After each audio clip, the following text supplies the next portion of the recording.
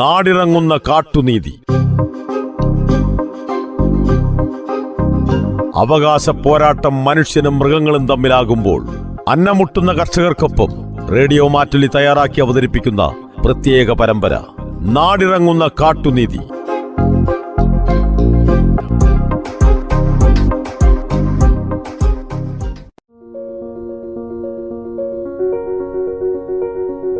നമസ്കാരം.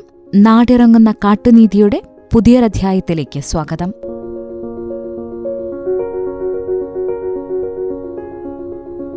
വടക്കനാട് ഗ്രാമത്തെ മനുഷ്യ വന്യജീവി സംഘർഷത്തെക്കുറിച്ചാണ് ഈ പരിപാടിയിലൂടെ നമ്മൾ ചർച്ച ചെയ്തത്. വന്യജീവി ശല്യം കാരണം കൃഷിയും ജീവിതവും പ്രതിസന്ധിയിലായ വടക്കനാടൻ ജനതയുടെ പ്രശ്നങ്ങളെക്കുറിച്ച് സംസാരിക്കുന്നു ഗ്രാമസംരക്ഷണ സമിതി അംഗം ജോസ് സി ജെ.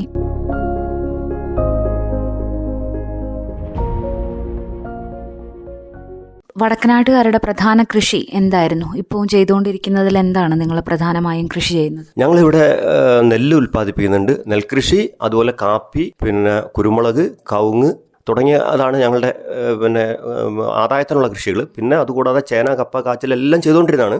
ഇപ്പോൾ കിഴങ്ങ് വർഗ്ഗങ്ങളൊന്നും ചെയ്യാൻ പറ്റില്ല, ഒരു രക്ഷയില്ലാത്തതുകൊണ്ട് അതെല്ലാം ഉപേക്ഷിച്ചു. അതൊക്കെ ഇപ്പോൾ ഞങ്ങൾക്ക് കപ്പയൊക്കെ പൈസ കൊടുത്ത് വാങ്ങുക. അതുപോലെ നെല്ല് ഞങ്ങൾ പറഞ്ഞാൽ ഈ വയനാട്ടിലേക്ക് വേണ്ട അരി ഈ വടക്കനാട് ഉൽപ്പാദിപ്പിക്കാൻ പറ്റും. അത്രയും ഫലഭൂയിഷ്ടമായ വയലും നല്ല സ്ഥലമാണ് ഇവിടെ. പക്ഷേ ഞങ്ങൾക്ക് കൃഷി എടുക്കാൻ പറ്റുന്നില്ല. ഇപ്പോൾ ഈ കൊല്ലം എനിക്കൊരു 50 സെന്റ് വയലുണ്ട്.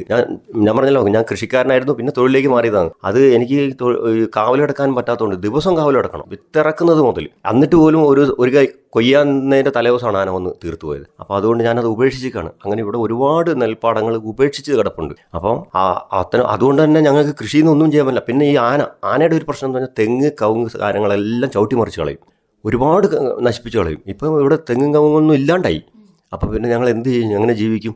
ആ കാപ്പിച്ചെടി മാത്രമേ ഉള്ളൂ. ആ കാപ്പിച്ചെടി സംരക്ഷിക്കാൻ വേണ്ടി ഞങ്ങൾ പ്ലാവൊക്കെയുള്ള ചക്ക ഉണ്ടാകുമ്പോൾ അപ്പം തന്നെ വെട്ടിക്കളയുക. കാരണം ഈ ചക്ക പറിക്കാൻ വരുമ്പോൾ ഈ കാപ്പിച്ചെടി തകർത്ത് കളയുമല്ലോ. അതുകൊണ്ട് അതുവരെ ഞങ്ങൾ പ്ലാവ് വെട്ടി വിറ്റു പലരും. പിന്നെ ഉണ്ടാകുന്ന പ്ലാവിൽ ചക്ക ഞങ്ങൾ കൊത്തിക്കളയുക. ഞങ്ങൾക്ക് ചക്ക പോലും തിന്നാൻ കിട്ടില്ല. അത് അതിരൂക്ഷമായ ഒരു പ്രശ്നത്തിലാണ് ഇപ്പോൾ ഞങ്ങൾ ഉൾപ്പെട്ട് നിൽക്കുന്നത്. ഞങ്ങൾ ഗവൺമെൻറ് എന്തെങ്കിലും ചെയ്തില്ലെങ്കിൽ ഞങ്ങൾക്ക് ഇവിടെ ജീവിക്കാൻ പറ്റാണ്ടാവും. മാത്രമല്ല ഇപ്പോഴത്തെ കുട്ടികൾ ഇവിടെ ജീവിക്കാൻ പറ്റാതെ പലരും വിദേശത്തേക്ക് കടന്നു പോവുകയാണ്. എന്ത് പണിക്കാണെങ്കിലും, ഏത് പണി, റോഡ് അടിച്ചു വരുന്ന പണിയാണെങ്കിൽ പോലും അത് മതിയെന്ന് പറഞ്ഞ് ഇവിടുന്ന് വിട്ടുപോവുകയാണ്. കാരണം ഇവിടെ ആളുകൾ നിൽക്കുന്നില്ല. പുതിയ തലമുറ ഒക്കെ അങ്ങനെയാണ് പോയിക്കൊണ്ടിരിക്കുക. ഇവിടെ ആനശല്യമാണോ പ്രധാനമായിട്ടും? കാട്ടുപന്നി, അങ്ങനെ മറ്റ് വന്യമൃഗങ്ങൾ വരാറുണ്ട്? അതിരൂക്ഷമായ ശല്യം എന്ന് പറഞ്ഞാൽ ആനനെ നമുക്ക് തടുക്കാൻ കഴിയില്ല. ഒരു പരിധി നമ്മൾ ഏത് വേലിയിട്ടാലും ഇപ്പോൾ അന്നിക്കൊക്കെ നമ്മൾ ഒരു ഫെൻസിങ് കിട്ടി കഴിഞ്ഞാൽ ഒരു പരിധി വരെ തടുക്കാം. പക്ഷേ ആ ഫെൻസിങ് ഈ ആന തകർക്കും. അപ്പോൾ ആന മെയിനായിട്ട് വരുന്നതുകൊണ്ട് മറ്റെല്ലാ മൃഗങ്ങളും അതിൻ്റെ പുറകെ വരും. ഇവിടെ അതിരൂക്ഷമായ ശല്യം എന്ന് പറഞ്ഞാൽ ആന, അതുപോലെ മാൻ, അതുപോലെ പന്നി, ഈ 3 അതിരൂക്ഷമായ ശല്യമാണ്. അത് കൂടാതെ ഇപ്പോൾ മയിലുണ്ട്, കുരങ്ങിനെ കൊണ്ട് ഒരു രക്ഷയില്ല. എല്ലാ മൃഗങ്ങളും ഉണ്ട്. ഇവിടെ ഇല്ലാത്ത ഒരു മൃഗവും ഇല്ല. ഇവിടെ എല്ലാ മൃഗങ്ങളും ശല്യം തന്നെ. മലയണ്ണാൻ ഒരൊറ്റ തേങ്ങ കിട്ടില്ല. ഇപ്പോൾ നിങ്ങളിവിടെ വന്ന് നോക്കിയറിയാം, തെങ്ങിൽ തേങ്ങ കൊലച്ച് കിടക്കുന്നുണ്ടാവും, പക്ഷെ എല്ലാം തുളയായിരിക്കും. മലയണ്ണാൻ തുളച്ചിട്ട് തിന്നും. ഒറ്റ തേങ്ങ കിട്ടാനില്ല. അപ്പോൾ അതാണ് സ്ഥിതി. അപ്പൊ ഇനിയിപ്പോ പുതിയ കെട്ടിടങ്ങൾ, പുതിയ വീടുകൾ ഒന്നും ഇവിടെ താമസിക്കുന്നവർ തന്നെ ഇവിടെ നിർമ്മിക്കാൻ വേണ്ടിയിട്ടുള്ള സാധ്യതയില്ല അല്ലെ? ഈ അവസ്ഥ തുടർന്ന് പോവുകയാണ്. ഇങ്ങനെ തുടർന്ന് പോവുകയാണെങ്കിൽ ഇപ്പോഴത്തെ പുതിയ തലമുറകളൊക്കെ ഇവിടെ നിന്ന് 5 സെന്റ് 10 സെന്റ് പുറത്തു പോയി വാങ്ങിയിട്ട് വീട് പണിയുക. ഇവിടെ സ്ഥലം വിൽക്കാനും വലിയ ബുദ്ധിമുട്ടാണ് ഇപ്പോൾ. കാരണം കൃഷിക്കാരാണല്ലോ ഇത് എടുക്കുക. അപ്പോൾ അതുകൊണ്ട് അങ്ങനെയാണ് ഇപ്പോൾ ഒരു ട്രെൻഡ് ഇപ്പോൾ വന്നത്. പുതിയ തലമുറകളെല്ലാം ഇവിടുന്ന് വേറെ പോകുന്നവരൊക്കെ പുറത്തു പോയി വീട് വയ്ക്കുക. അപ്പോൾ ഞങ്ങൾക്ക് അതിനും സാധ്യതയില്ലാത്തതുകൊണ്ട് ഞങ്ങളിവിടെ തന്നെ നിൽക്കുകയാണ്. പിന്നെ അതിൻ്റെ ഇടയ്ക്ക് ഫോറസ്റ്റുകാരുടെ ഒരു വൻ ചതിയും കൂടി ഇതിൻ്റെ അകത്തുണ്ട്. അതായത് സ്വയം പുനരധിവാസ പദ്ധതി എന്ന് പറഞ്ഞിട്ടൊരു പദ്ധതി, കിരണം പദ്ധതി. അങ്ങനെ വന്നിട്ട് ഇവിടെ അവർ ഒരു കുടുംബത്തിന് കൊടുക്കുന്ന 15 ലക്ഷം രൂപയാണ്. ഇപ്പോൾ എനിക്കൊരു നല്ല വീട്, ഒരു 50 ലക്ഷം രൂപേൻ്റെ വീടുണ്ട്, എനിക്ക് 1 ഏക്കർ സ്ഥലമുണ്ട്, അല്ലെങ്കിൽ 2 ഏക്കർ സ്ഥലമുണ്ട്. 2 ഏക്കറിൻ്റെ മുകളിലേക്കാണ് പിന്നെ അടുത്ത യൂണിറ്റ് ആവുള്ളൂ. അപ്പോൾ 2 ഏക്കറിൻ്റെ താഴെയാണെങ്കിൽ എനിക്ക് കിട്ടുന്ന 15 ലക്ഷം രൂപയാണ്. ഇവിടുന്ന് മാറിക്കൊടുക്കണം. അതും ആദ്യം പകുതി പൈസ തരും. അങ്ങനെ പകുതി പൈസ തന്ന് ശേഷം നമ്മൾ വീട് പൊളിച്ച് കളയണം. അതിന് ശേഷമാണ് ബാക്കി പൈസ തരിക. പക്ഷേ അങ്ങനെ ചതിയിൽപ്പെട്ടവർ പലരും ഉണ്ട്, അവർക്ക് മുഴുവൻ പൈസ കിട്ടിയിട്ടുമില്ല. അപ്പം ഞങ്ങൾ പറയുന്നത് അതല്ല, ഞങ്ങൾ ഇവിടുന്ന് മാറി താമസിക്കാൻ തയ്യാറാണ്. പക്ഷേ ഞങ്ങൾക്ക് ഈ റോഡ്, അതായത് ഹൈവേക്കൊക്കെ സ്ഥലം എടുക്കുന്നത് പോലെ ഞങ്ങളുടെ ഇപ്പോഴുള്ള ഭൂമിയുടെ 3 ഇരട്ടി വിലയും അതിലുള്ള കൃഷി സാധനങ്ങളുണ്ടല്ലോ, കാപ്പി, കുരുമുളക്, തെങ്ങൊക്കെ, അത് ഈ ഓരോ എണ്ണം നോക്കി അതിൻ്റെ ആദായവും ഞങ്ങൾക്ക് തരികയാണെങ്കിൽ ഞങ്ങൾ മാറാൻ തയ്യാറാണ്.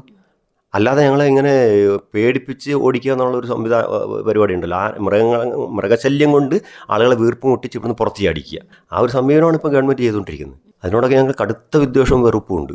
പിന്നെ നമ്മൾ ഈ ഭൂരിഭാഗം കർഷകരുടെ കാര്യം എന്ന് പറയുമ്പോഴും കാർഷിക വായ്പകളും ലോണും ഒക്കെ എടുത്തിട്ടാണല്ലോ ഈ കൃഷി ഇറക്കാറ്. അപ്പൊ ഈ കർഷകർ നേരിടേണ്ടി വരുന്ന സാമ്പത്തിക പ്രതിസന്ധിയെ കുറിച്ച് എങ്ങനെയാണ്? അങ്ങനെ അത്തരത്തിലെ ബുദ്ധിമുട്ടുകൾ അനുഭവിച്ച കർഷകർ ഈ പ്രദേശത്തുണ്ട്? കാർഷിക മേഖലയിൽ കടമെടുത്തിട്ടും അതുപോലെ തന്നെ കൃഷി ഇറക്കിയിട്ടും പരാജയപ്പെട്ട ഒരുപാട് കർഷകരുണ്ട്. ഞാൻ പറഞ്ഞല്ലോ, ഞാനും ഇതുപോലെ കൃഷി ചെയ്ത് പരാജയപ്പെട്ട ഒരാളാണ്. അതിന് ശേഷമാണ് ഞാനൊരു തൊഴിലിലേക്ക് മാറിയത്. ഇന്നിപ്പോൾ വടക്കനാട് ഒരുപാട് പേര് പരാജയപ്പെട്ടവരൊക്കെ മറ്റ് തൊഴിലുകൾ തേടിപ്പോയിട്ടുണ്ട്. അതായത് കെട്ടിടം നിർമ്മാണ മേഖലയിലേക്കൊക്കെ ഒരുപാട് പേര്, അവർക്ക് ഭൂമി ഇല്ലാഞ്ഞിട്ടോ ചെയ്യാൻ സ്ഥലമില്ലാത്തതുകൊണ്ടല്ല, അവർ ഈ കൃഷിയിൽ നിന്ന് നഷ്ടം വരികയും ജീവിക്കാൻ പറ്റാതായതുകൊണ്ടും പല തൊഴിലിലേക്ക് പോയിക്കൊണ്ടിരിക്കുക. അപ്പോൾ അങ്ങനെയുള്ള ഒരുപാട് കർഷകരുണ്ട്, കണ്ണീരിലായിട്ടുള്ള കർഷകർ അങ്ങനെയുണ്ട്.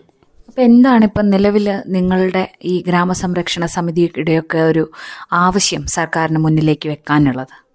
ഞങ്ങളുടെ പ്രധാനപ്പെട്ട ആവശ്യം എന്ന് പറഞ്ഞാൽ, ഇത്രയും സ്വർഗ്ഗതുല്യമായ ഇത്രയും നല്ല ഒരു സ്ഥലം, അതായത് ഒരു പ്രകൃതിക്ഷോഭങ്ങളും ഇല്ലാത്ത ഇത്രയും മനോഹരമായ ഈ സ്ഥലം, അത് ഗവൺമെൻറ് ഏറ്റെടുത്തിട്ട് അതിന് ശരിക്കും നല്ല മതിൽ, കോൺക്രീറ്റ് മതിൽ അല്ലെങ്കിൽ റെയിൽ ഫെൻസിങ് പോലുള്ള മൃഗങ്ങളും മനുഷ്യനും തമ്മിൽ വേർതിരിക്കുന്ന ഒരു നല്ല ശക്തമായ വേലി ഉണ്ടാക്കുക.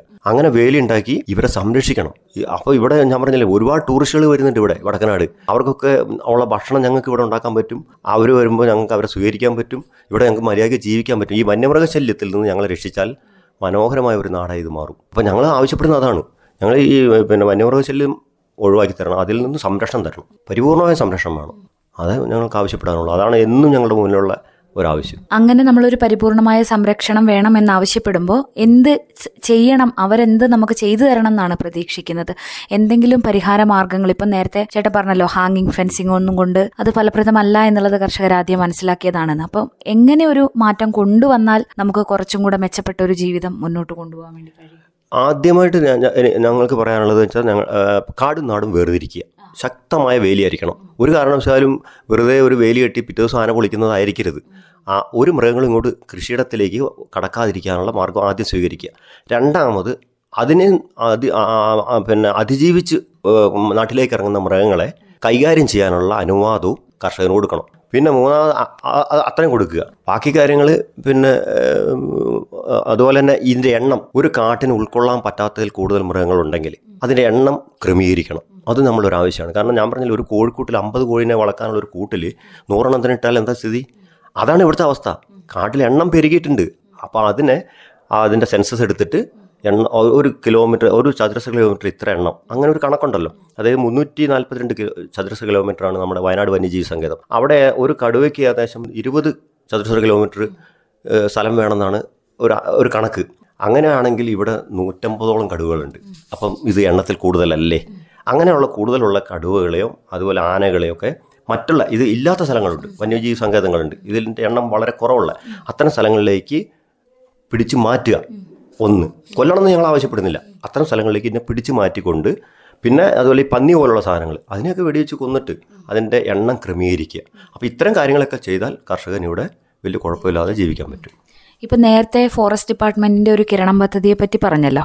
അതുപോലെ ഇവിടെ ഇപ്പോൾ ഇനി വന്യമൃഗശല്യം ഇത്തരത്തിൽ കൂടുകയാണെങ്കിൽ മറ്റൊരു പ്രദേശത്തേക്ക് നിങ്ങളെ അർഹമായ സാമ്പത്തിക സഹായമൊക്കെ നൽകി നിങ്ങളെ മാറ്റി പാർപ്പിക്കാൻ, അല്ലെങ്കിൽ പുനരധിവാസം പോലുള്ള പദ്ധതികൾ വന്നാൽ പോവാനുള്ള താല്പര്യം വടക്കനാട്ട് പ്രദേശത്തുള്ളവർക്കുണ്ടോ? അതോ നിങ്ങൾക്ക് ഇവിടെ തന്നെ, നിങ്ങളുടെ ജനിച്ചു വളർന്ന ഈ പ്രദേശത്ത് തന്നെ എന്തെങ്കിലും സൗകര്യങ്ങൾ ഉണ്ടാക്കി ഇവിടെ തന്നെ നിൽക്കണമെന്നുള്ള ആഗ്രഹമുള്ളവരാണോ?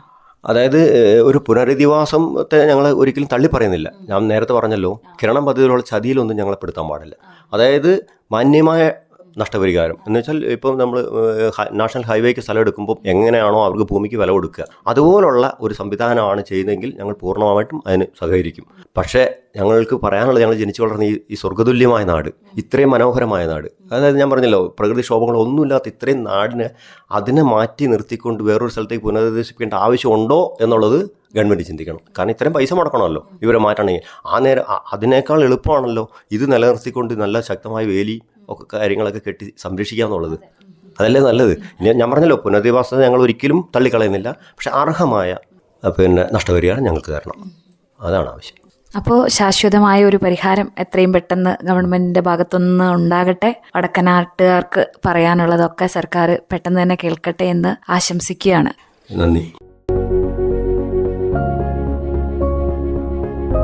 പ്രാദേശിക കൂട്ടായ്മകളും സർക്കാരും വനംവകുപ്പും ചേർന്നുള്ള കൃത്യമായ ഏകോപനത്തിലൂടെ മാത്രമേ വടക്കനാട് നിവാസികൾ ഇപ്പോൾ അനുഭവിക്കുന്ന പ്രതിസന്ധിക്ക് പരിഹാരം കണ്ടെത്താനാകൂ.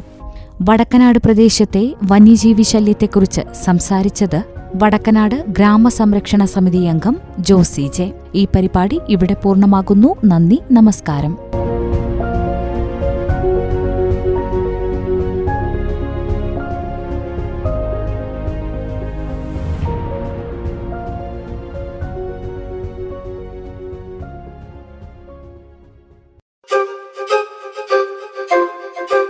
നാടിറങ്ങുന്ന കാട്ടുനീതി. അവകാശ പോരാട്ടം മനുഷ്യനും മൃഗങ്ങളും തമ്മിലാകുമ്പോൾ അന്നമുട്ടുന്ന കർഷകർക്കൊപ്പം റേഡിയോ മാറ്റുലി തയ്യാറാക്കി അവതരിപ്പിക്കുന്ന പ്രത്യേക പരമ്പര നാടിറങ്ങുന്ന കാട്ടുനീതി.